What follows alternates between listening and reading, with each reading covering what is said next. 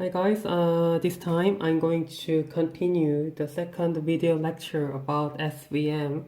So now I will just briefly remind of the concept of SVM now. So basically SVM, support vector machine, is about to separate the data. Like if there is this kind of data here, then our goal is to find this hyperplane. In this case, because this is 2D case, this is just a line, but if it is in the space, then it will be this hyperplane will be a plane. If it is higher dimension, it will have higher dimensions. And the main concept is to find our support vectors, and these vectors will decide this line by finding a hyperplane which maximizes this margin, and this margin is simply a distance between some plane on our support vectors. So only some data are used as a support vector, so other points is not used to find and decide hyperplane. Therefore, we only need to compute these points. Therefore, we have a fast computing efficiency. All right, and in order to understand this concept, then we have to fully understand about Lagrangian multiplier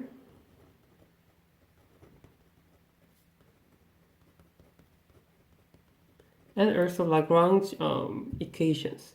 So in Lagrange primer form, it was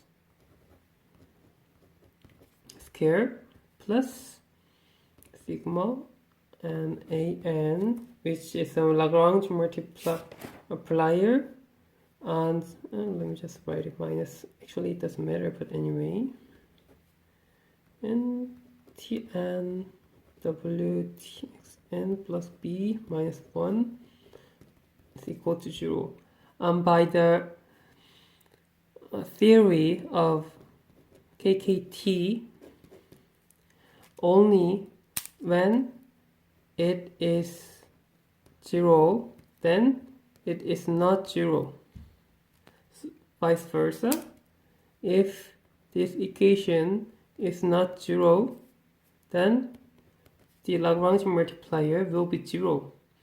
That means this is the decision boundary of these lines, right? Therefore, only the support vectors, because this is the decision boundary, so it represents the support vectors. This xn will be our support vectors. So if they are support vector, then Lagrange multiplier is not 0. That means if Lagrange multiplier is 0, then they are not support vector, like these points or these points, which is not on the decision boundary. All right, so we can fully understand about this concept, and more importantly, we could change the equation to dual form. So dual form, we have another equations. So let me just briefly rewrite it, and it is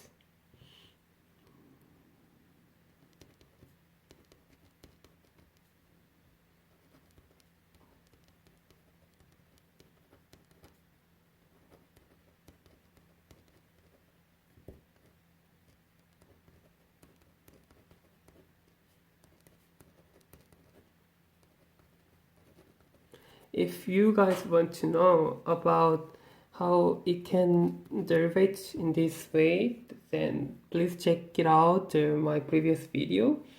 So each cases has their own pros and cons. So in this case, it is highly efficient to calculate in the lower data, but if dimension is really high, then it is not good, because it will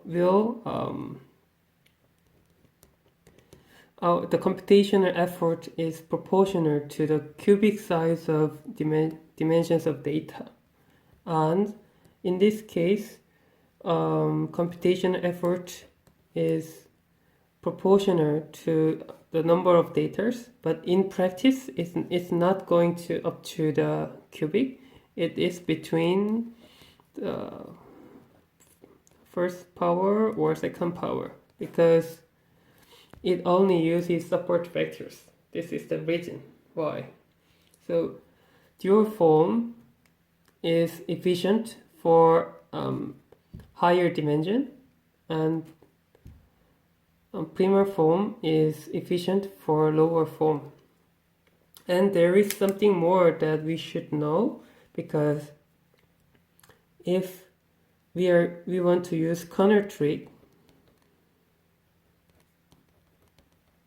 then we should use this dual form. What is corner trick? Like if we have data points like this,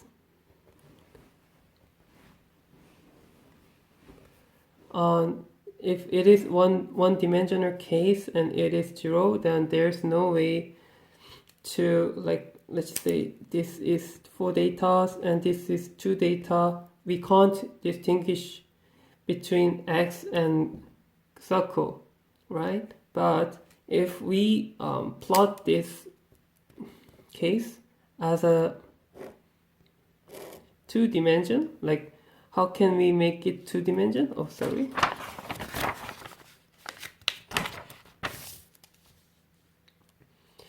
Let's say they just have a 1-dimensional value, X, and let's say we will plot it X and X square. So what this y-axis will be X square, then they will have this kind, because their X will be same, but X square, they will have really small value here, small value,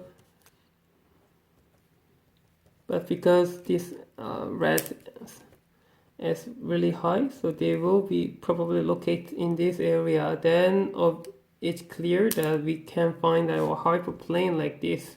So there will be some kind of corner basis function which uses our given data to represent into higher dimension. Then we can change these 2 data as like this.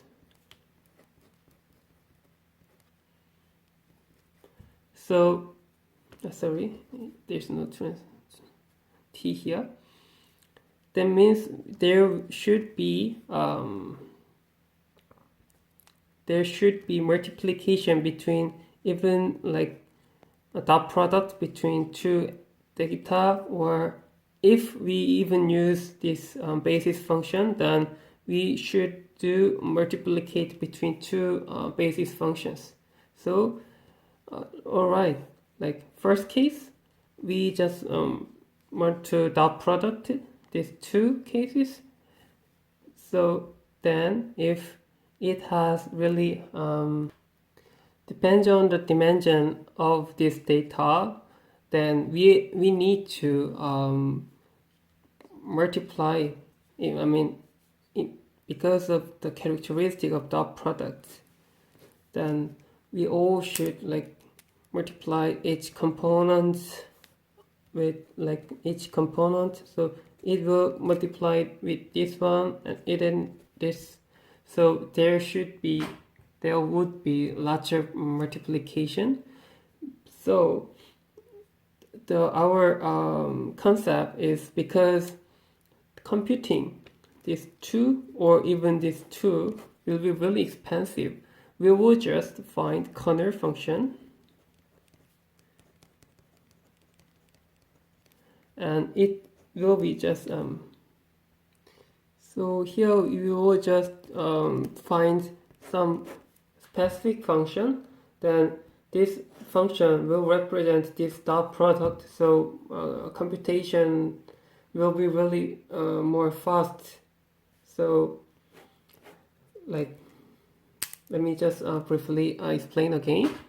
If we find some corner function, then these two multiplication will be really simply represented by this.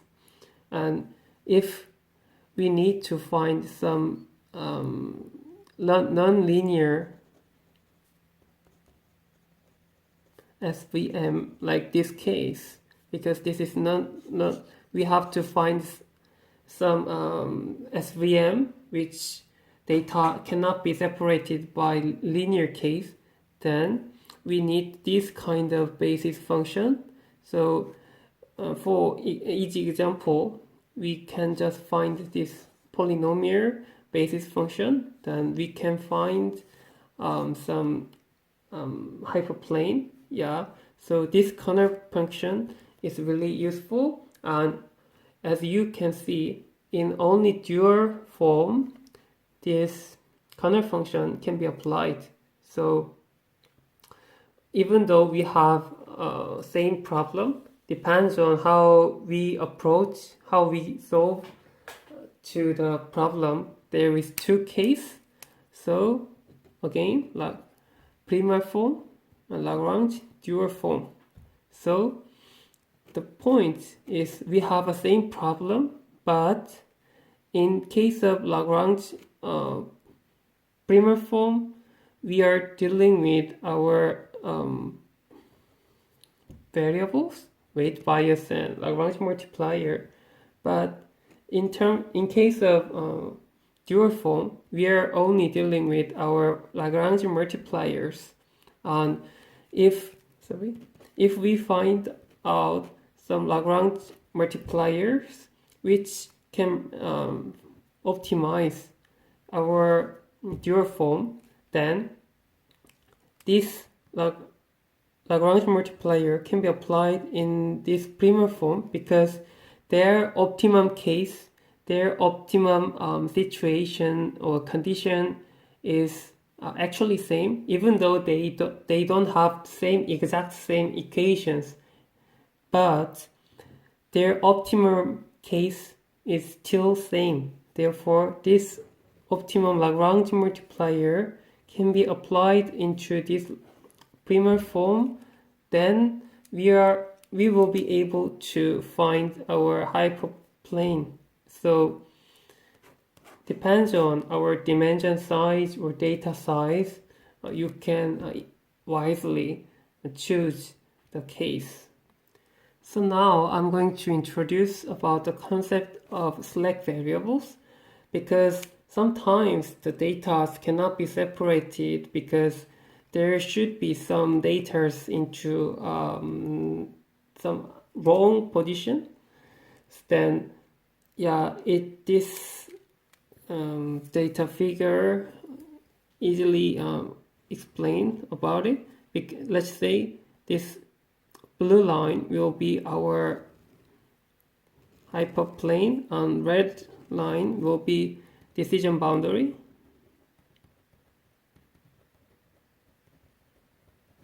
And blue line is, as I said, hyperplane. Then we have these data and this data. Let's say these are support vectors, so they just lie on the points, but these two will make us not to find a good line. But obviously, if we have to find a hyperplane, then it is the good choice. Then how can we measure it? This concept, we use the concept of slacks if this selects. So it is called select, and due to this their location, we can write it their function as before. You remember we had these equations to separate their point in this way, but because there is some not inappropriate data points, so we have these select variables and we give a tolerance to them, because there's always some noise or some outliers. Therefore we will write this way. So this case will be n is +1 because this is the triangle datas, and it is for -1 for this cross datas. Okay, and here we can say slack should be equal or larger than 0, because if they are negative, then already the data is located in the appropriate place, so there's no point. And because in terms of triangle datas, their decision boundary is here, so these select variables will be the distance from this decision boundary to their outliers. Sometimes you can be confused with this distance with hyperplane to the circle, but it is not. So always you have to measure from your decision boundary. Then everything will be happy. Okay. So because we changed our equations or our constraints, because these equations was used as a constraint in our cost or Lagrange form. So our cost function and our Lagrange form would be a bit changed, and so I can write down, so separable data. Our objective will be minimize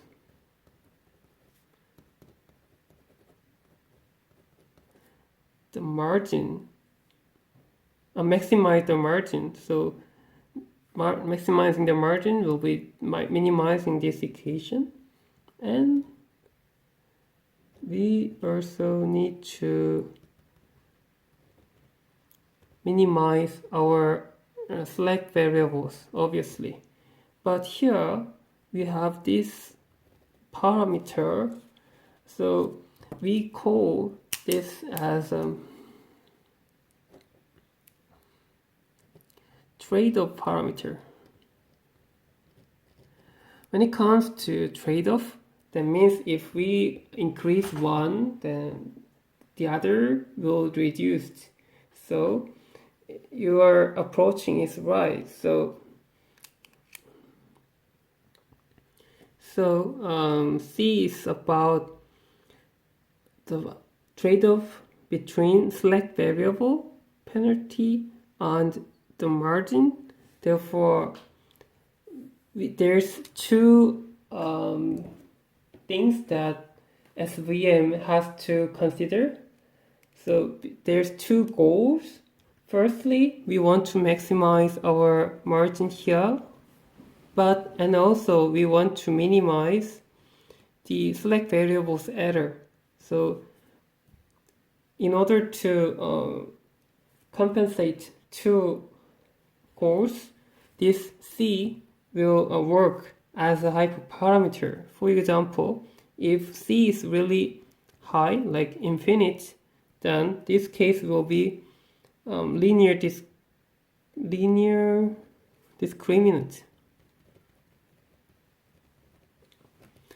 you remember linear discriminant, we just want to like calculate every single data's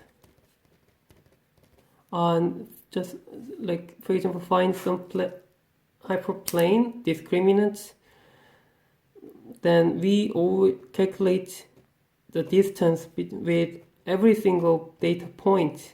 So it is the case if the C is really high, because this term will be dominant, so this margin does not work really hard. Okay, so this is a really important measure here.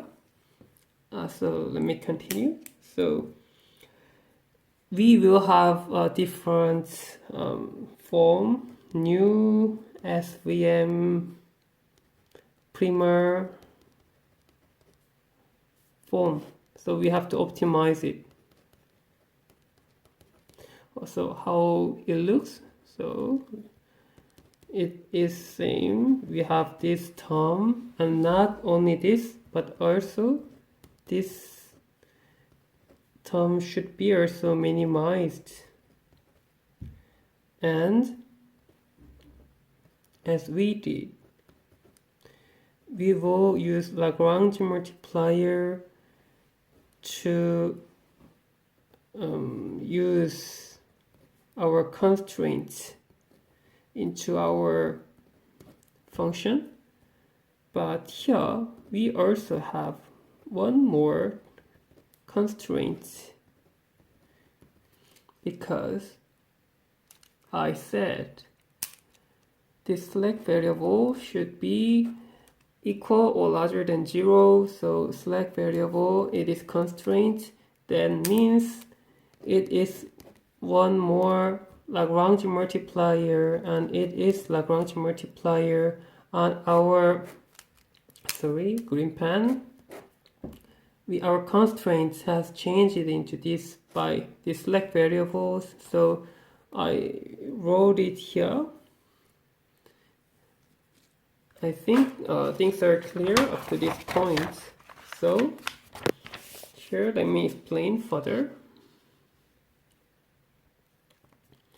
Yeah, here, as we did, I'm going to use KKT,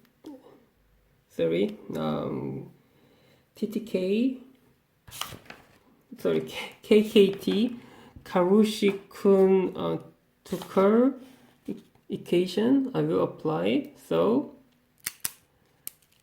let's say this is the first term, this is the second term, then first term will be written as Lagrange multiplier is larger or equal than 0, and this our linear constraints. Also apply this equation, and our Lagrange multiplier and multiply with this whole equation will be 0. And again, we have another case here. This Lagrange multiplier will be larger or equal than 0, and our slack variable is also, and their multiplication also should be 0. So we know these two concepts, and I will derivate this Lagrange form with our slacks. Let's find the point that it is 0, because it is also optimized point. It should be working in order to find the minimum point of this equation. Then here we have slack. We have slack here, and also we have slack here, we have slack here. So the equation will be here, it will be just C. It will be this an minus an, and here it will be minus mu n is equal to 0. So from this equation we can learn a lot. First of all, since if we move an to here, then we can find this equation. You know that mu n is larger or equal than 0, then you can write down C. an will be smaller or equal to 0 due to the size of mu here, and as we know before, an is larger or equal than 0. So here the thing we should keep in mind is that it is really important. So depends on the value of an Lagrange multiplier, we can distinguish what the data work for SVM or where they lies. So firstly, if an is equal to 0, then it is not support vector like before. So the data is clearly classified because an is 0, then it is not 0, it is not 0, so they are not support vectors. So okay. Second, if an is larger but smaller than c, then because an is not 0, it is not 0, so it should be 0. That means they lies on the decision boundary, or because due to the flex they would lies between. But because an is smaller than c, so an is smaller than c, so that means un is not 0. So again, an is smaller than c, so mu n is not 0. So mu n is not 0, that means slack should be 0. So it is support vectors and it doesn't have slack. So it is on the decision boundary.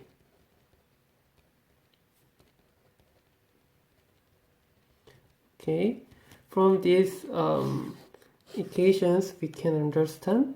And finally, if an is c, then again an is c, then mu n is 0. So mu n is 0, that means slack is not 0. So we have slack variable. It has slack variable. So it has slack loss. So it is in between, like the data slice here, like this, and probably we will have hyperplane, and we have decision boundary like this, and the data would lies on probably on some place, and it will induce slacks. Okay, finally we got it. So keep in mind, depends on the Lagrange multiplier an, we can understand where the data is. Alright, thanks for watching video.